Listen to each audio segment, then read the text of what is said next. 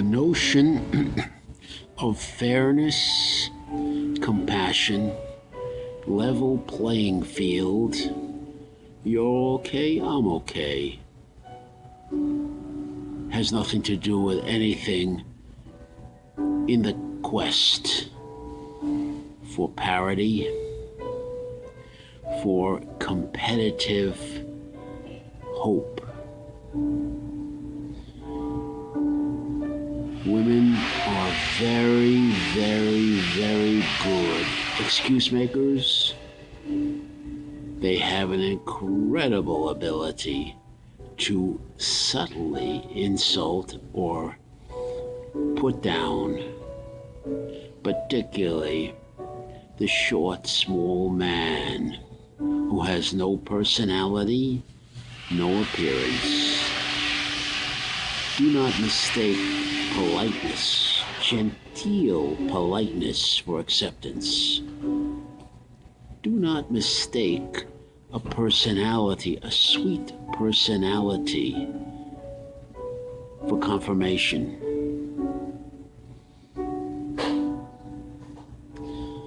Anticipation is clearly the name of the game.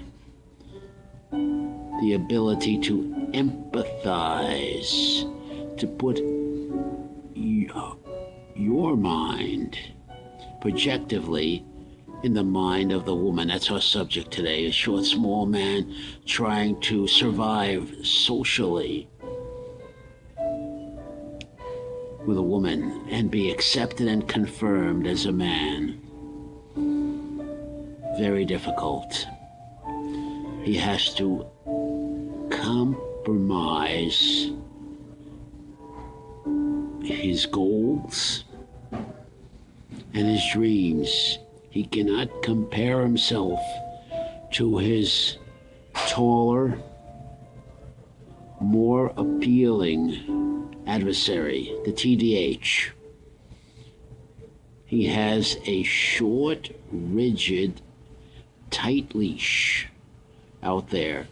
He cannot survive many, I should say any mistake in approach, in the conversation, in the appearance, everything.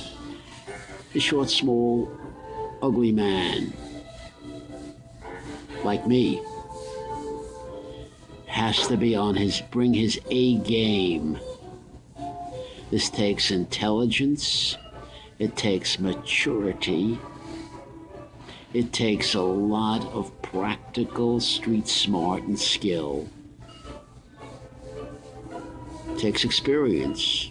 But this is a catch-22 because the short, small man has to catch whatever experience he can get on the fly.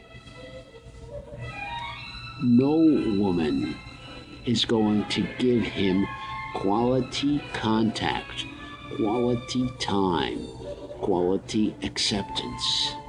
It's not going to happen.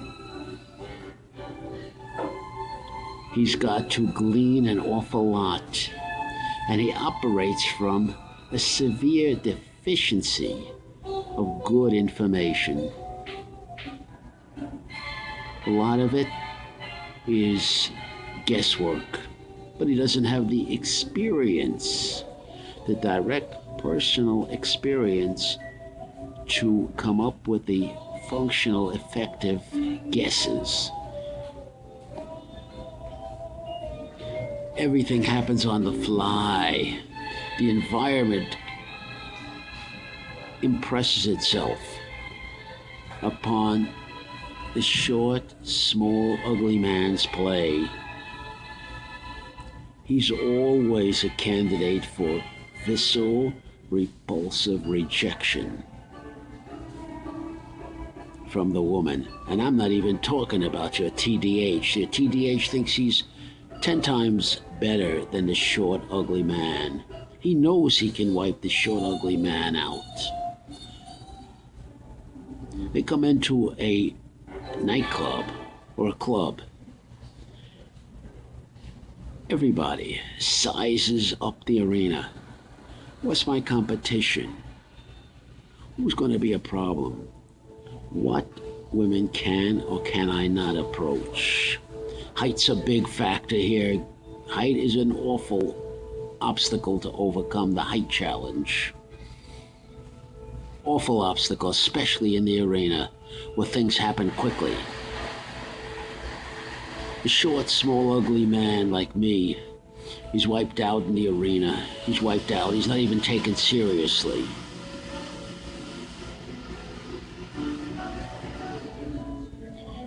You have to pick and choose your battles.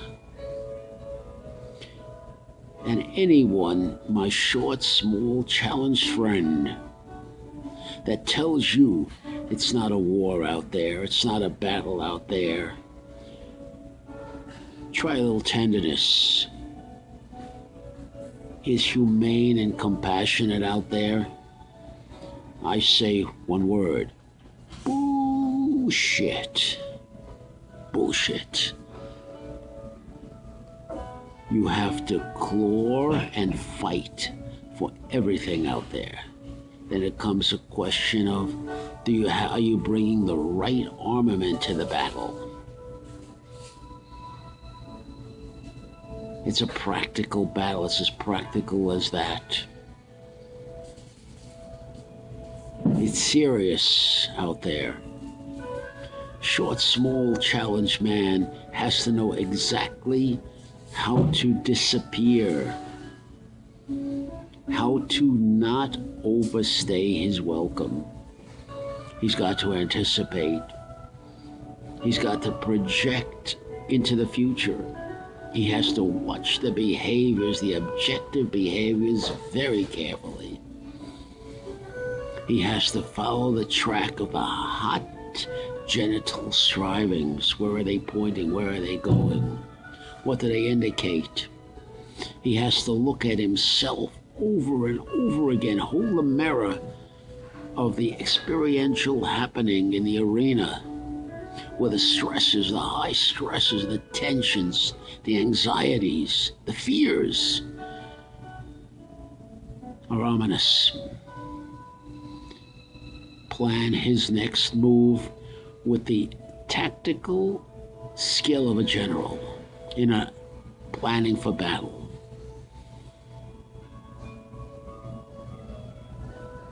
He's got to compensate, compromise. He's not going to get, he's a fool to compare himself to the TDH. He's not going to get 80, 90, 100% of his desires. The hot genital strivings. He's going to, if he gets 5 or 10%, he's a winner. He has to go for dreams, for fragments, pieces of dreams. He hears a word. He gets a smile. He gets the hell out of there. If a woman smiles, she's being polite, that's all.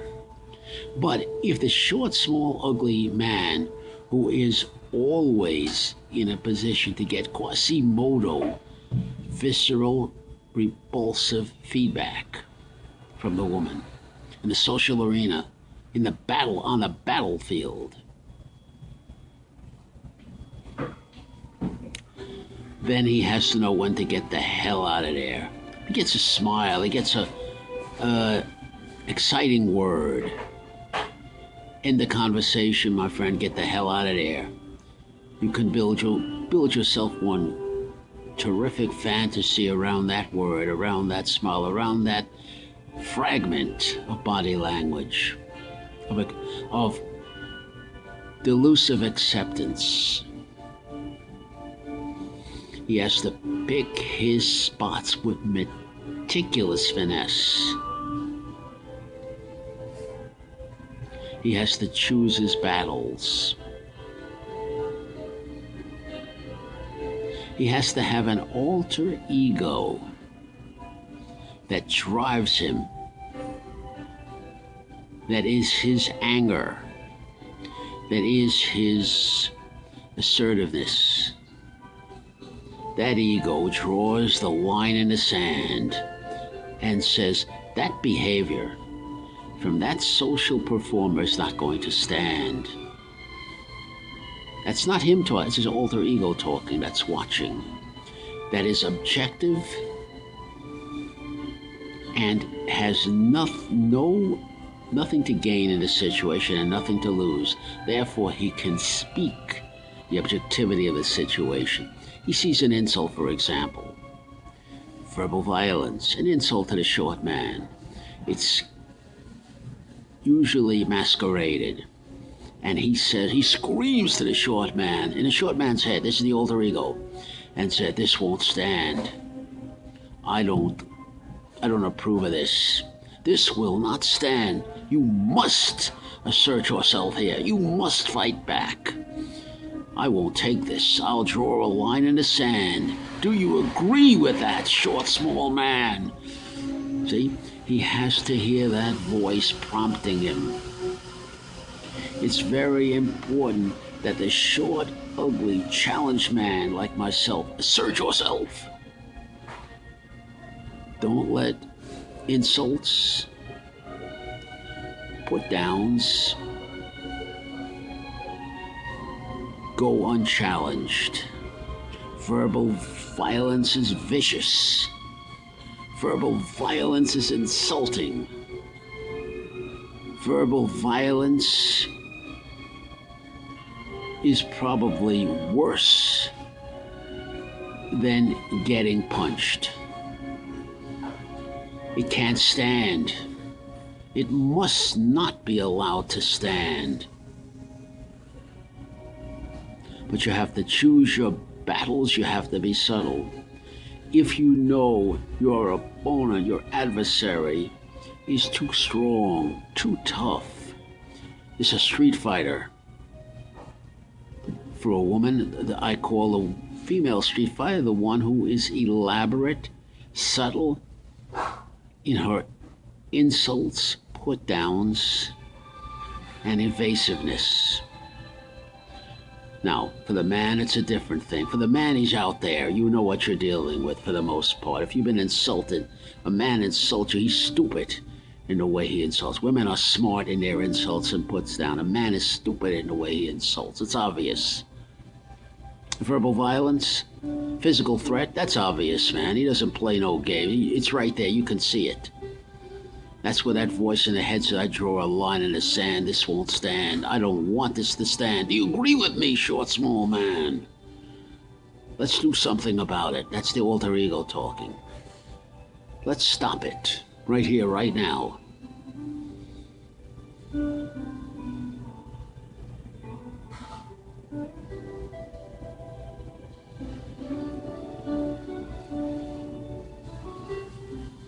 You have to always step back from the situation so you can get an objective hold, an objective grasp on the situation, and come in with informed tactics, with an informed body language and posturing. And of course, all this, the next thing I'm going to say goes without even needing to be said. You have to meet the inspection. Before you even go out there, man, you have to be neat. Even goes further than that. You have to be squared away from the head to the toe. Proper shave, proper haircut, clothes and a collar that fits your face. This has to be grounded on a very powerful, hard physique that you've trained. Assertiveness skills, verbal judo skills. Dr. Thompson. He needs all the armor, just like a knight, that he can get before even going into the battlefield. He needs trump cards in his pocket to play. A lot of simulated, a lot of practical experiences at his call. stimulus response. His body has to be like a Rocky Marciano. His defense is his offense. He has to be ready, he has to be prepared, and he has to commit to throwing some dog down hard punches out there that puts dents in his adversary. He's got to do it to him before he does it to you. That takes anticipation. Put a stop to it before it even begins at inception. Before this malignancy, before this cancer takes a hold and lives a life of its own. Put a stop to it. By your assertiveness, by your physical presence, by the power in your voice, by your physical posturing, by your body language. Dude, I'm drawing a line in the sand. This will not stand. I don't accept this, dude. Do you agree with me, dude? Now let's do it.